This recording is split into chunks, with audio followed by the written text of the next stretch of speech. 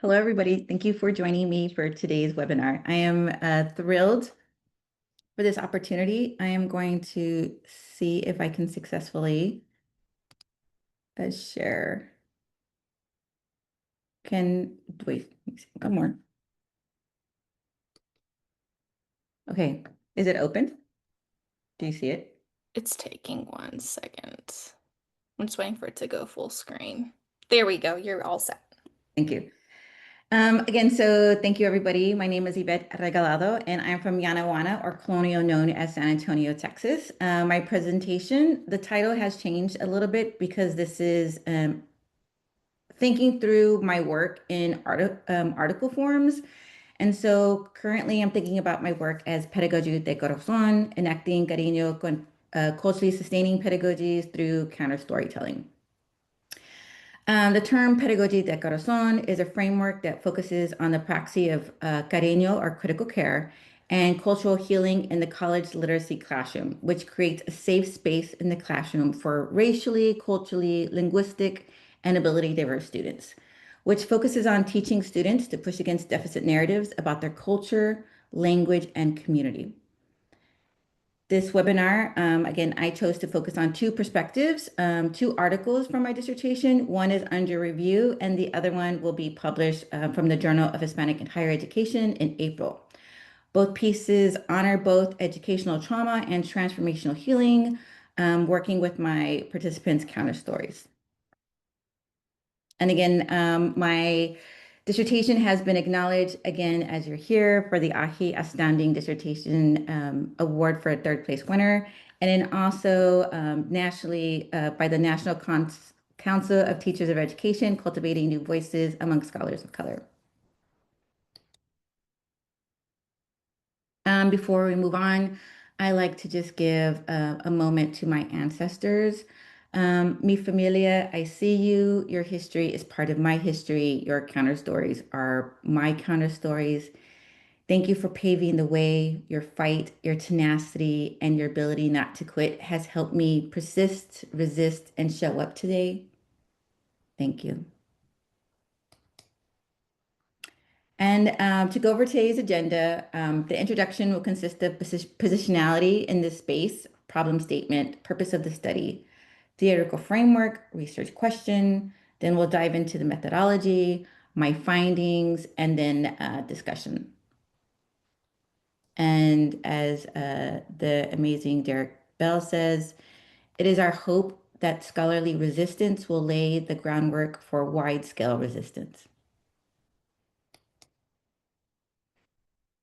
So in talking about my positionality as a scholar, a critical scholar and practitioner, I enter the space as through the space of the classroom. I'm an Indigenous Latina.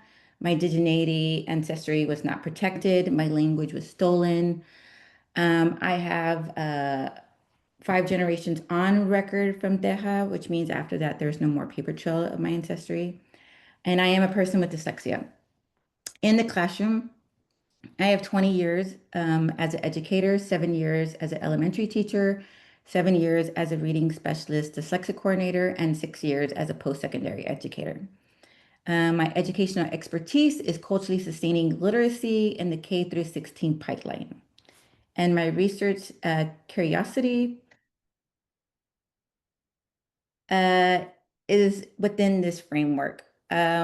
I work and am curious of things in Indigenous pedagogy, culturally sustaining, revitalizing pedagogy, Counterstory, which is birth in critical race theory, and in the center of that all is cariño. And when we look at all of these frameworks as they're intertwined and embedded with each other, from my literacy lens, I call this restorative literacies. These all are restoring the harm from traumatic educational experiences. And so I think about the why of my work in this dissertation and my work afterwards, my work before, what motivates me, what's my passion, what drives my passion. And it's that students of color can feel invalid and distressed if they do not feel that their language, culture, community, or ancestral histories are represented in the classroom or curriculum. And again, if we look at these two pictures right here, these two beautiful women, the one on the right is my mother, Alicia, again, talking about my lineage.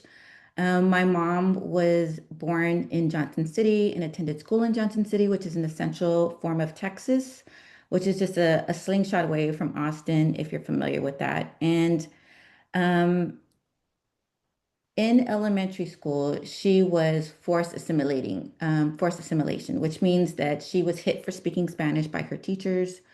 Administration would berate my grandparents for speaking Spanish in the classroom. She was mocked for bringing tacos for lunch, and they forced anglicized her name. So her name is Alicia, and they made her name Alice. My Thea was Yerma Teresa. They called her Terry. My other Thea was Sivana. They call her Josie, right? So thinking about that time as a little child in the classroom, where the name that you grew up with and been called with was no longer um, available, you were no longer having access to that name, that you had to start changing and force changing your name to whatever they told you. And so, from this educational trauma, my mom still battles with the identity with her name, as she had been so used to writing her name as Alice. But in her driver's license, it still is Alicia. So when people address her as Alicia, sometimes she doesn't recognize it. So these are kind of those moments where um, they could still be going on in our classrooms today. Not necessarily the physical punishment, but the anglicizing of the name, the stolen of the name.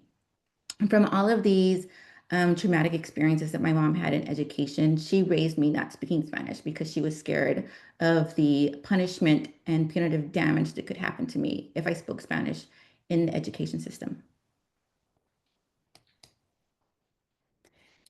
And so the purpose of my dissertation is this counter storytelling study aims to examine how practitioners of color enact cariño or critical care and embed restorative literacies in the integrative reading and writing classroom to create a safe and counter space for students of color.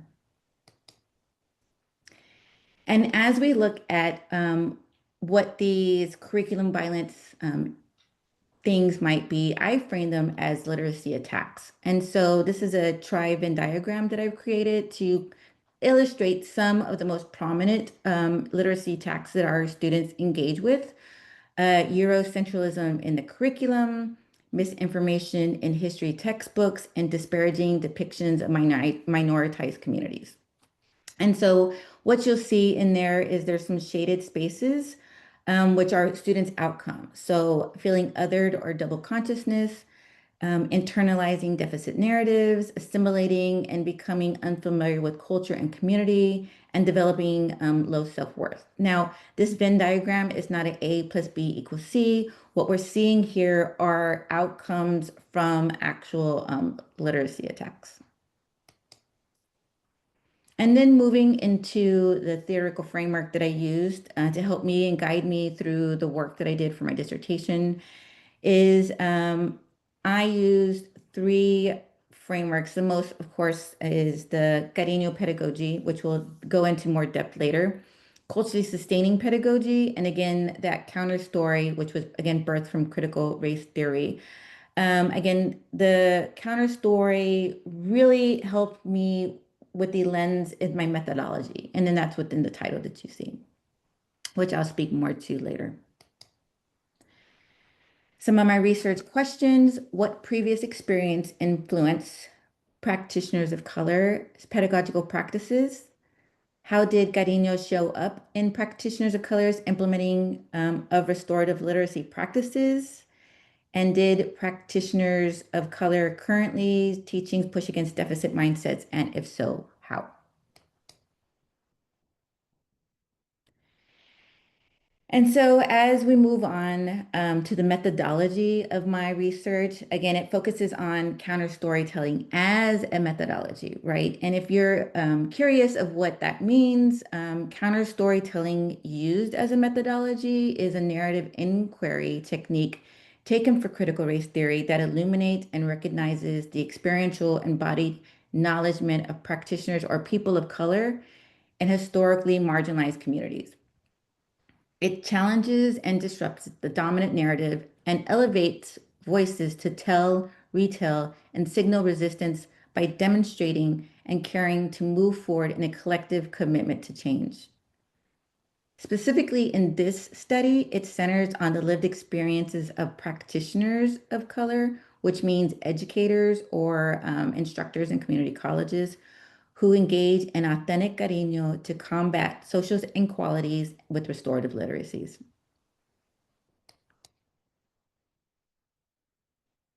And as I think about the methods that I used for this study, again, I wanted and I was really curious just to zoom in what the perspective is in Texas, because during this time was the first of the president run of Donald Trump. And, in Texas, there are some experience of latent racism, but then it was becoming very heightened of, or just thinking about this, I'm sorry, was um, thinking about if the latent was becoming more of that blatant and what is that looking like in Texas. So what I really wanted to do is focus on multiple populations in Texas. So if anybody is not familiar with Texas, the regions are very different experiences. So I try to focus on Central Texas, what could be from Dallas, Austin, San Antonio, Houston. Again, those populations are very different from each other. And then from the Valley section, which is more familiar known as the Rio Grande Valley, and that's the Texas and Mexico boundary area. For my recruitment, I specifically was looking for practitioners of color who self-identified as practitioners of color and who are self-identified of using restorative literacies. Could be culturally sustaining, culturally relevant, culturally responsive, critical literacy, any type of criticality pedagogy in their um, freshman English literacy classes, integrated reading writing classes. Those were the people I was looking for. And so therefore, that is a criteria sampling that I did. And then I did a snowball sampling. I would ask the people who came to me saying that they knew anybody who did similar in their pedagogical approach. And so that's how I was able to recruit my participants. And thinking about this, I think about what Gloria Anzaldúa says. I write to record what others erase when I speak, to rewrite the stories others have miswritten about me and about you.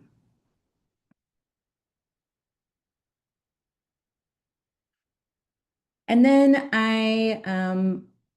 for my data collection, again, I did that pre-interview survey, which was that criteria sampling. After I collected people who fit those criterias, I interviewed them for a 90-minute semi-structured interview. While they came into that Zoom session, I had them make sure they had available their syllabus, and they used that for an artifact. And so they gave me a copy for my syllabus analysis, and they were able to use it to refer to as points for collecting their counter stories. And then afterwards, when I cleaned up the transcriptions, I sent them to verify and to give a final okay of what was appropriate for sharing and not sharing. And none of my participants changed anything that was said during my interviews. Next is my participants' overviews. What I really think is beautiful about my participants is I gave them the opportunity to come up with their own names that was tied to their counter stories. In reflection, I would have liked to give them more heads up so that they could be more thoughtful in the name, as opposed to them having to instantly come up with a name that would be associated to their counter stories. The next column, we see the years that they taught integrative reading and writing, if they were full-time or adjunct, the type of degree they held, and again, how they self-identified as race and ethnicity. And the beautiful thing about our culture, which is reflected here, is that everybody really internalize their identity in different ways, which I think is beautiful. We have Mexican American, Chicana, American of Mexican descent, Hispanic, Afro Latina, Asian American, African American, Hispanic Mexican, Mexican American, Black American, Mexican American Chicana, Chicana Mestizo. So again, this is that beautiful nuances about our culture, but there's many different ways how we accept and labels about ourselves. The same thing goes about self-identifying the pronouns. They had an option to opt out, but everybody was comfortable about stating their pronouns. And again, we have region talking about central and the valley, which is those Rio Grande spaces. And then in my data analysis, I transcribed the interviews, sorted the data in the framework using MaxQDA. In my first cycle, I did description coding. In the second cycle, it was inductive, emerging, and then deductive coding with my critical race theory tenets. And I'm going to go more into detail of what that looks like. I did not mean to merge these two codings, but it was just so, and because I'm so familiar with the critical race tenets, just looking over that second data or the transcripts, I was looking at emerging tenets coming up or codings coming up, but I could just see how they're tying into those critical race tenets. So it was something that just organically happened simultaneously. And then coding my syllabus or the syllabus that I had was direct content analysis.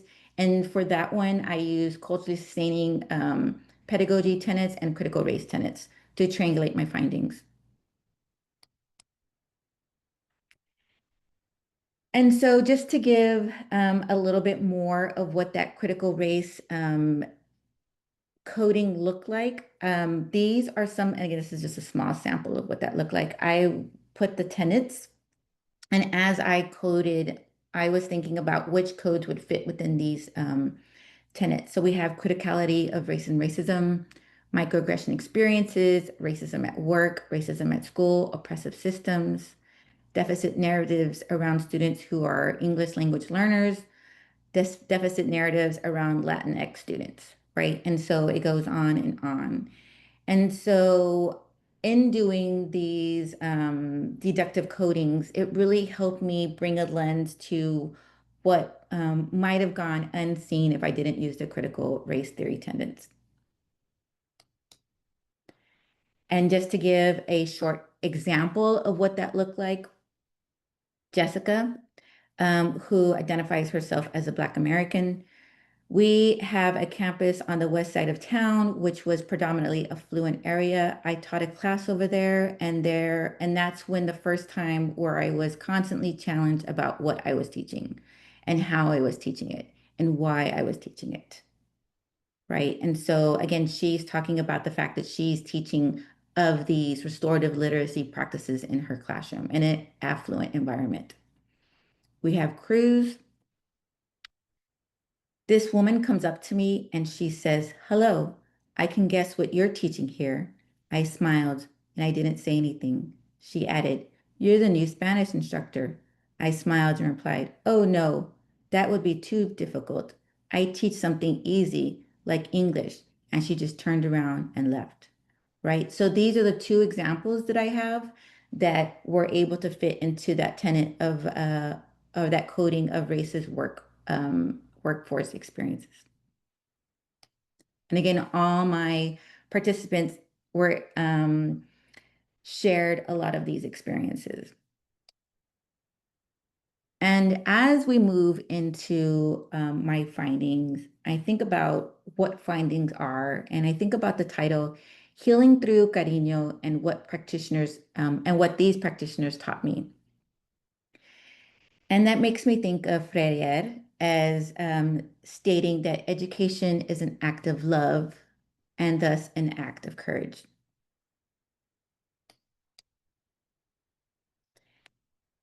And so my first umbrella, again, because we are talking about two different articles. So my first one focuses more about the wounds and historical trauma and marginalizations that these practitioners had.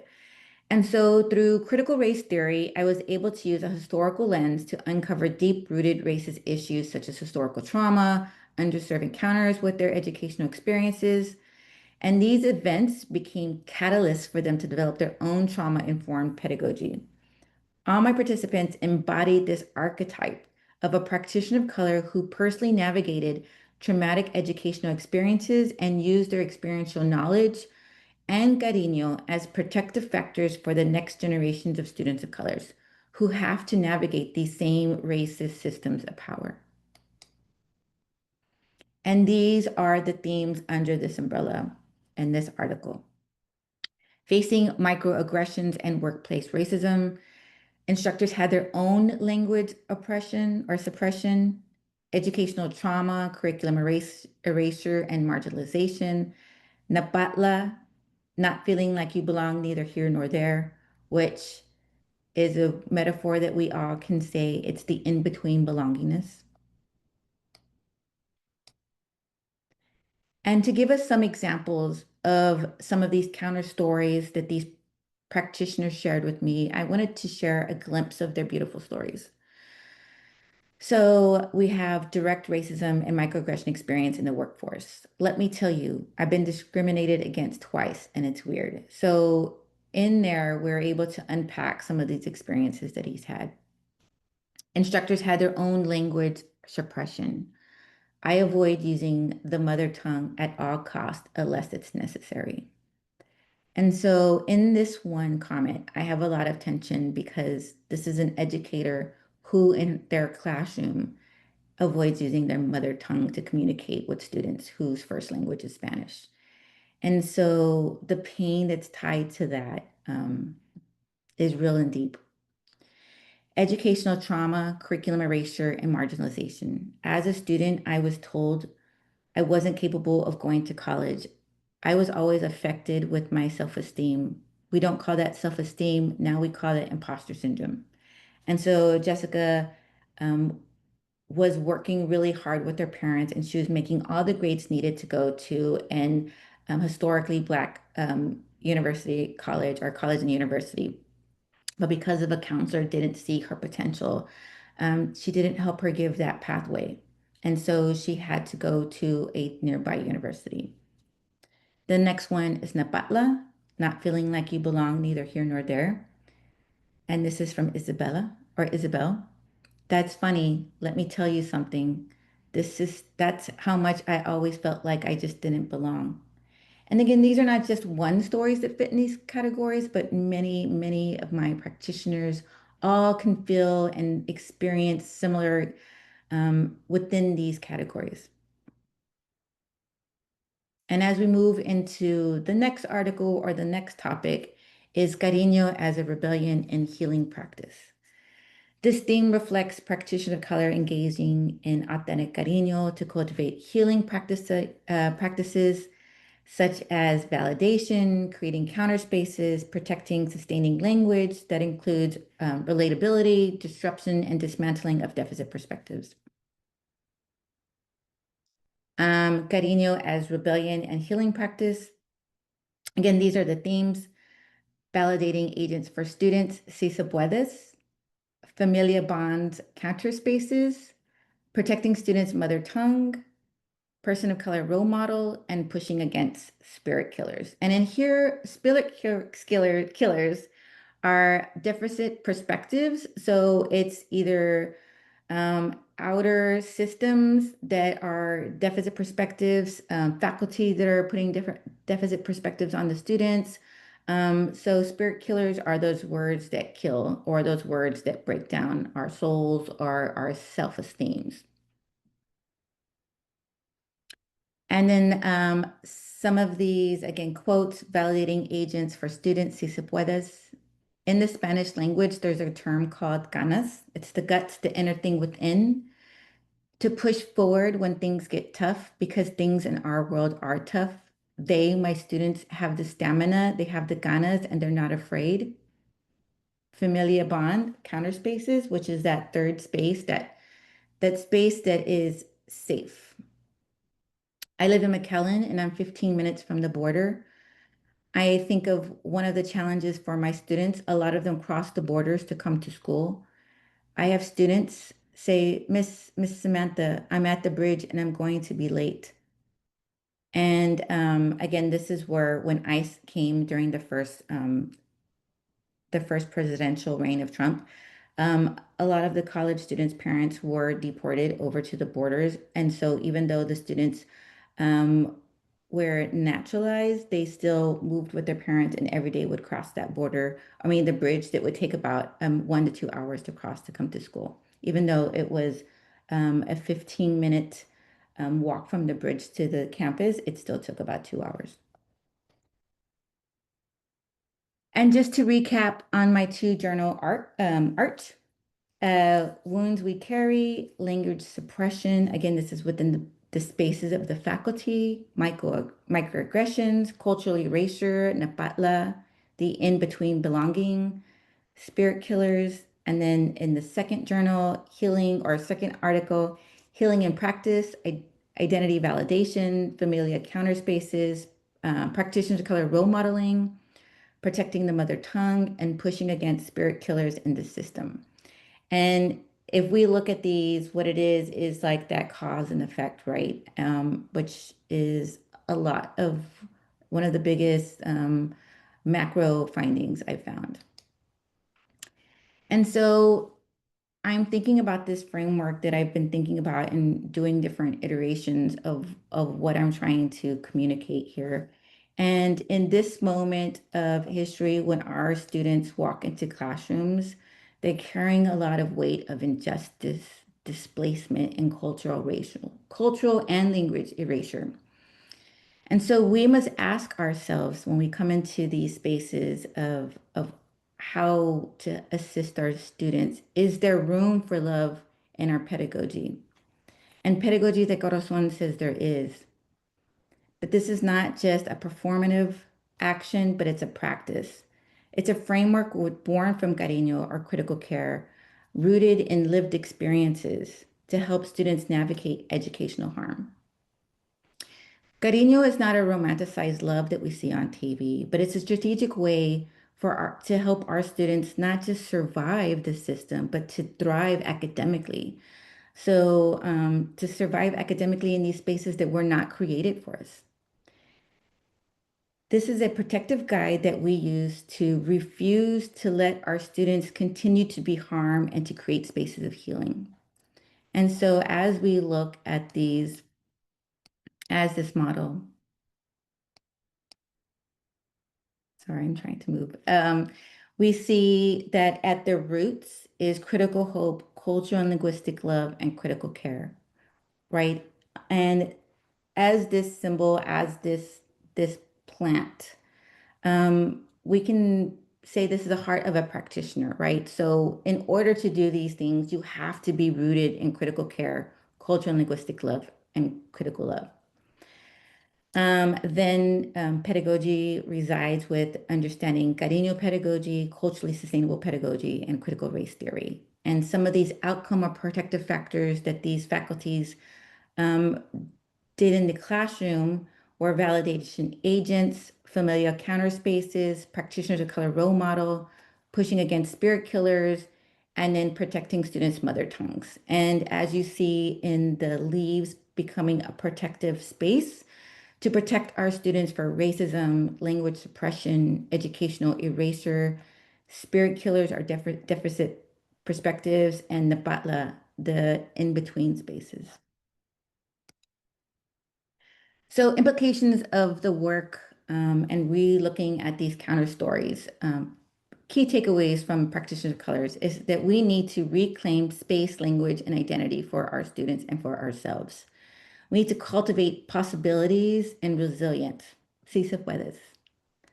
We need to come up with strategies of culturally, emotional, and linguistic care for our students. And we need to disrupt these curriculum violence. And so as you see in this art form right here of a new version of my theater framework, it's not finished. It's just something in another iteration that I'm interested in and still working on. But I love the colors and I love the expression, so I wanted to share it with you guys. And so I wanted to see if we have a moment to share some of these reflection questions. We'd like to put them in the chat one at a time and see if you can respond either through chat or if you want to unmute yourself. I know a lot of you could be in in movement right now, so you might not be able to. Kayla, do you want to copy oh, you don't have the first question. Do I have the first question? Oops. So let me stop sharing so I could put these questions here. Or I can just do this. So the first question is, what is the relationship between critical love and being an educator? And if you're not in an educational position, how is the relationship between critical love and being in whatever space that you are in higher education? So I put that in the chat.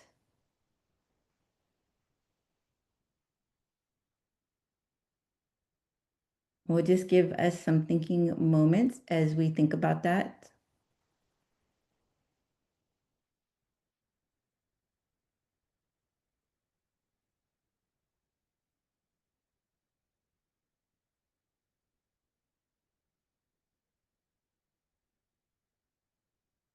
Okay. Romelia said, "Hi, thank you for this amazing presentation. I'm sorry for not attending the whole presentation. Was this a 3-article dissertation? Also, what recommendations or consejos you would provide to those who want to participate in the ODA?" That's a great question. Can we put that question to the end of reflections? Sure thing. Okay. Teresa said, "There is a sense of freedom or release from students when they see and feel our cariño." Mm.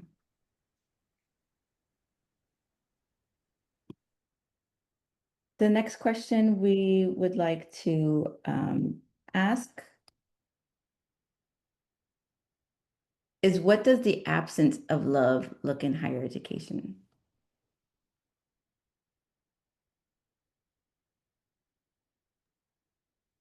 Vanessa said, "Being in a space where students can look to you as someone they can trust and understand their needs." That's beautiful.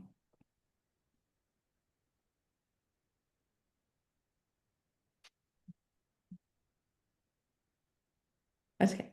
Excellent.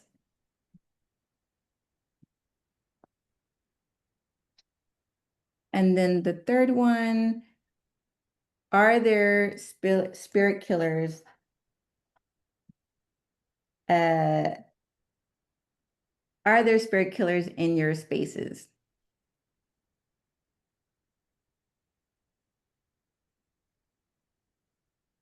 Yeah, what are the spirit killers?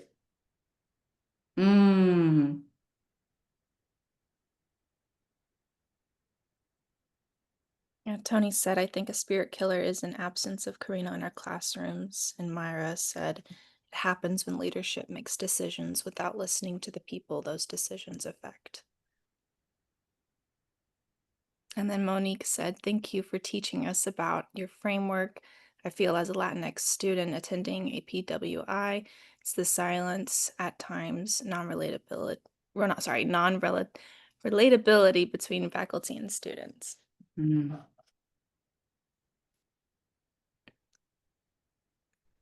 We have another that says, "Anything that takes away that trust." Teresa agrees with Myra. And yes, Sonia says, "Devaluing expertise can be a spirit killer."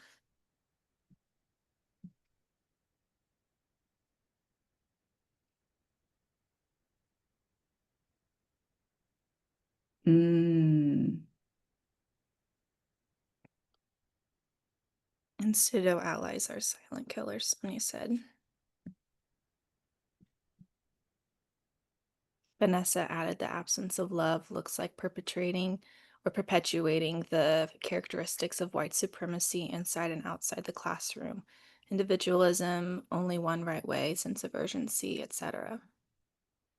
Wow, Vanessa, I'm glad you were able to bring that into the conversation. These are really great understandings. And it's good for us to think about these questions. I know that everybody who show up today knows that cariño is important for our classroom and for our spaces in higher education. So it's nice for us to purposely think about what that looks like when we don't have it in the spaces.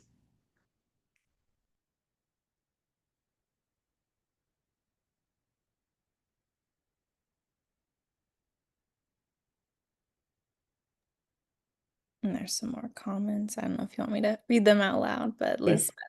Lizbeth said that she agrees with Monique. She's a Chicana and PhD candidate in Maine. Relatability feels like a large barrier between understanding assimilation and loss of culture within self every day. And Nanette said, like, spirit killers not having faculty who look like us, who do not speak our language and or who do not understand our communities. Mm. Thank you guys. I'm like, you're filling my cups. You're making me feel like I'm not alone.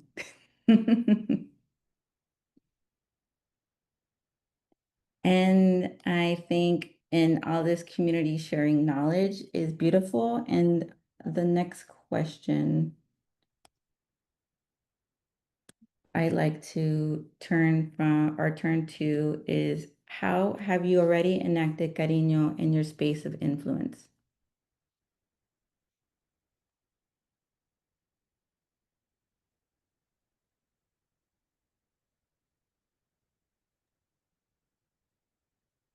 Mm. Get it all out, guys. This is our space. This is our counter space right now. Like, we are here having these conversations. Yes.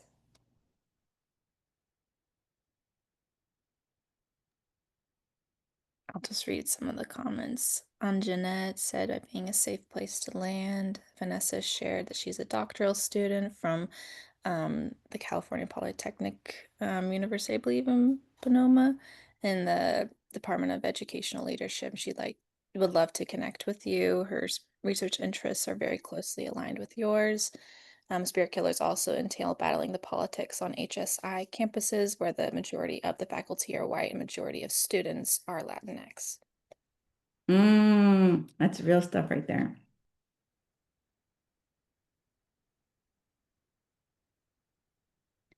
Yes, what Monica is saying, sharing personal stories and encouraging acts, that's exactly what each of my practitioners of color were saying, like how important it was to show up and show out. Like the struggle's real, like it all exists, everything's because they didn't want to think that they were not relatable, that their struggles was not, that they did not struggle that, right? Like they're to make sure that they knew that the what they felt was not something like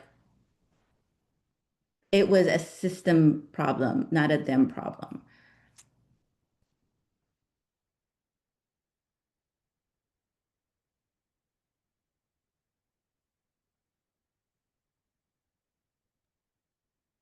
And Tony said, I share and own my identities in the classroom because reputation matters. Teresa shared, I'm one of two Chicana Latin UG faculty. I bring students in for coffee or food. Share stories and life experiences, I believe.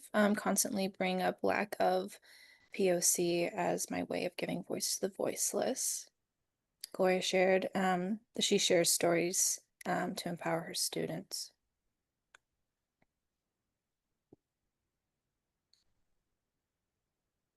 And Sonia shared that their community college is offering an early childhood education associate in applied science completely in Spanish. That's wonderful.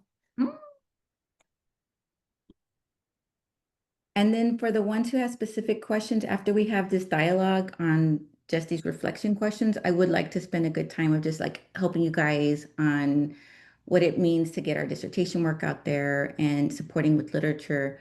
But I wanted to make sure we can give a little bit more on this conversation that's happening. I think shared knowledge and experience is really important and powerful. Kayla, I'm sorry for disrupting you. Oh, no, you're good. Yes. Let's see, Monique said that she agrees with Vanessa. Keeping HSIs accountable is important. I mean, to serve and not just enroll. And Doctora Regalado, my favorite form of this practice is when the few Latinx faculty translanguage. It makes me feel like home. Elizabeth shared that sharing culture through food, finding understanding through the lack of ingredients with other POC students. Mm. And did you want to move on to the other questions as well, or Yes. still agree with? Well, we have 30 more seconds and then we can do a Q&A because I know there's some great questions that I would love to share my wisdom and experience, my experiential knowledge with people on how I got into this webinar. And I think that's really important to remove that null curriculum. Uh, so we will give it 30 more seconds to catch anybody's response that they want to share in those reflections. Maybe also tackling another question, where is there space to create counter spaces in that work environment or school, right? And so because we are working and engaging in spaces that were not created for us and have a lot of systemic oppressive feels to it, for the good work and to create that space of healing, we need to make our own spaces, right? Where students are free to talk about issues and they don't feel like they're being policed or guarded, and that they can come and talk about their lived experience. And there's not a hierarchy of power, that it's equally a space to be genuine and connect. And so that's what I think about when I say counter spaces. So I'm also just curious to see how everybody is making counter spaces in your space that you're at in this higher education space.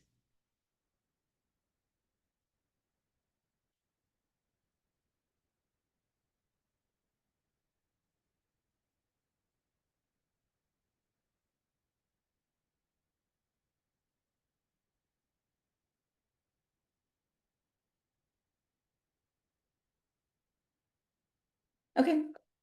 So if someone is typing, then we'll read theirs when they come out. But now I am open to answering all of these questions. I know we had a question at the beginning about advice or recommendations um, about what would provide for those who want to participate in the ODA. Um, I would say what helped me for both the Cultivating New Voices and for the ODA is to really synthesize your like where you're hitting in your dissertation. So what that means is like when we're doing this work, right? I think the majority of us are working from passion and like what's driving us and this thinking of this curiosity. And so I first in these applications, I put that what really excited me or what really explored or like my authentic curiosity, my authentic like this is what I think is beautiful. This is what I think is amazing, right? And then making sure that you can back up all, especially within the Latinx methodology and all the other things, right? We always have to cross our T's, dot our I's when we're bringing in unconventional methodology because it's not mainstream. So also making sure that we have un disputable findings and so a lot of pushback that I got when writing my dissertation was that like I had to explain things that maybe to a lot of us is just common knowledge, but I had to articulate and show scholarship to prove what things that I was feeling or articulating, which is kind of disturbing. But also that's just something we have to do, right? To show that it's not just a one person's thought, but a community thought or community collective. And so in writing that, I would write it out. I put in some graphs, recommendation letters. Also, I would have a lot of people read and get feedback. And with all feedback that I get, I not necessarily take it in. I always take everybody's feedback with a grain of salt. Um, and so when you're writing this, I would give it to someone who's a reader in the Latinx scholarship that you are in, if you can do that as well, just so they can give you like, oh, you also should quote this person, or you should explain this more to the collective. And then also, I think that's really important about writing that application is get started ahead of time. Do not start like a week. Like I always work for my future self. Like if I'm doing an outline first, putting the title, like being specific, like whatever they're saying that needs to be included, like put that title and then making sure that I use the same verbiage that they're looking for. And then I also looked at the rubric, like what is that rubric looking like, and making sure that I could go and tag that my application met those rubrics, right? Because even though I know and I think I'm saying that matches that rubric, I need to make sure that I'm articulating enough so that a stranger who doesn't know my work can see that I did that point, or that I made that correct, that I made that point for that rubric. I also would say, let me see. I would say be your authentic self. Talk the way that you talk, um, and just be, I think, your authentic self, and also just reread it, like write one draft, walk away, and then come back, right? Because you have to make sure you're articulating, or you have to get out of your brain. You have to articulate what you're saying. So people who might not ever, you think you're everybody's an expert on what you're saying because you've been thinking and reading about it all the time. You're like, everybody knows about cariño. It's easy. Like, why would I have to explain it, right? But not everybody is in the same space as you. So it's important to step away, have someone read it who doesn't know what's going on, like what parts of it are like, oh, I don't know what this means, and then be able to articulate those unfamiliar spaces. Kayla, there was one more question before we get to the new ones. Mhm. Yeah, I know another one was any other readings slash scholars that you would recommend on Spirit Killer? Oh, yes, yes, yes. Um, I do. There are, but I don't have it in type. I have dyslexia. So sometimes like big things I have to go research, but I wish there was a way. Can you email me and I will give you the articles on spirit killers? I love them, but I can give you about three or four on spirit killers. Yes, and the right now it's open for outstanding dissertation awards. Hello, Dr. Chavez. Yes. I know there was another question from someone. They said they're a grad student. This is their first time that she's seen reflection questions at the end of a presentation like this, and they enjoyed it. She's curious what motivated you to provide reflection questions and or what led you to come with these reflection questions. For instance, are they all based on your findings and or literature? Oh, I love that. That's a great question. I first off, I think it's the practitioner of me, right? Everything I do, I want people to think about what they're doing, or like we're sitting and hearing someone talk for 30, 45 minutes. Like your brain needs to have space to like think about that internally. Like, how does this work? How can I impact this work? How can I use this work? Like, how can I make meaning of this? And so I think that's just the literacy, the professor of just like anytime we're thinking about things differently or being inspired by things in a new way, it's good to like grapple it with it instantly and then respond back. But thank you for, and then so these questions, yes, I think again, there's this thing inside me that I feel like everybody knows these things, but I can't assume. And so what I really try to do is highlight um, what things that I feel like are good for conversation. Just like when we talked about spirit killers, when we talk about the absence of love, like those created really great conversations that even helped me as a practitioner and doing this work. Like your guys' response really helped me just to be in collectiveness.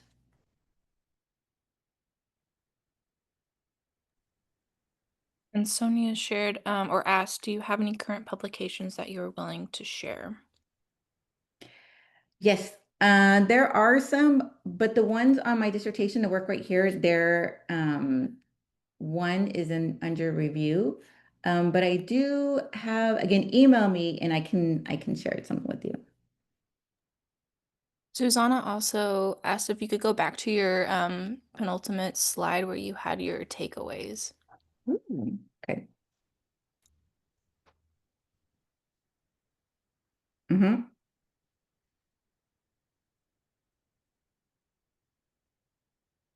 And Myra just shared, she's thanking you for taking a few minutes in your presentation to share insight on navigating the dissertation journey.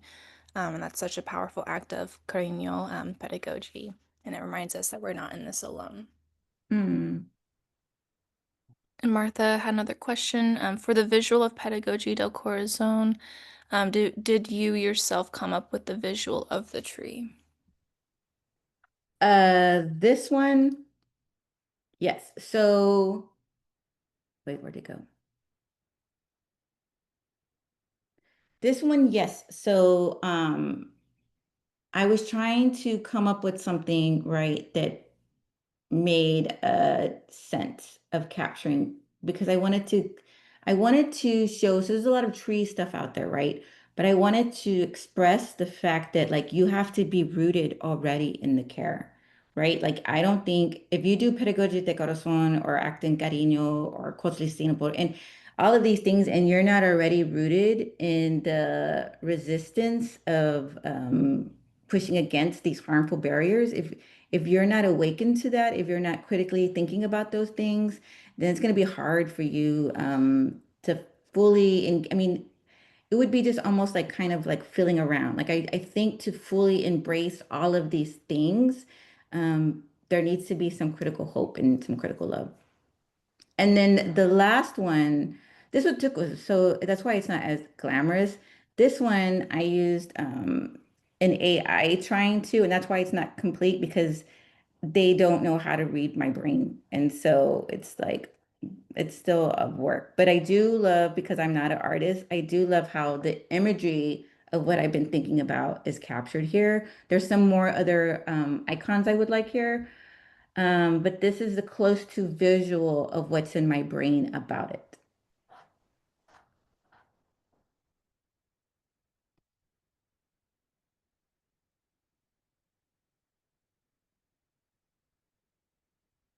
There any more questions? Martha asked if you used a specific AI program. I did. My campus has let me see, let me get out of this real quick. Has Adobe Firefly. And so we have a specific tool that our campus has. It's called Adobe Firefly, and they help. And they have a class that trains you how to do that because a lot of my imagery, again, I'm not an artist, and I'll be frank with you, Latinx representation online doesn't really exist. So AI art forming is really important because, like this one too, is AI driven. Like I can tell them what I want because it doesn't exist. A lot of the stuff that I want to use doesn't exist, so I have to create it. And these projects help me. This is another, let me show you.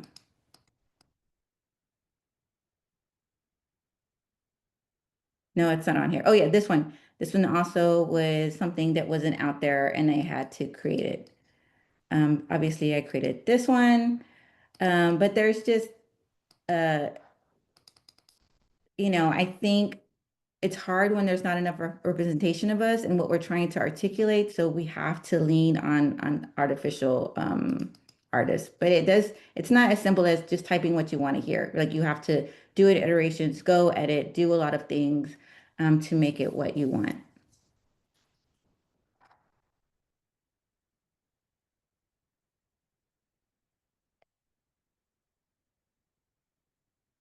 Is there any other questions? I'm here to help. I'm here to serve. Again, reach out if you have any questions. Here's my email. I'm here to support you in whichever you need. Um, thank you guys for joining us. Yes, thank you everyone so much for your participation, and a big thank you to Dr. Regalado for sharing your knowledge and insights with us. Congratulations again for receiving AAHHE's Outstanding Dissertation Award. Um, I wish everyone a great afternoon and extended weekend, and we look forward to being with you on a future AAHHE program. Bye, everybody. Thanks, everyone.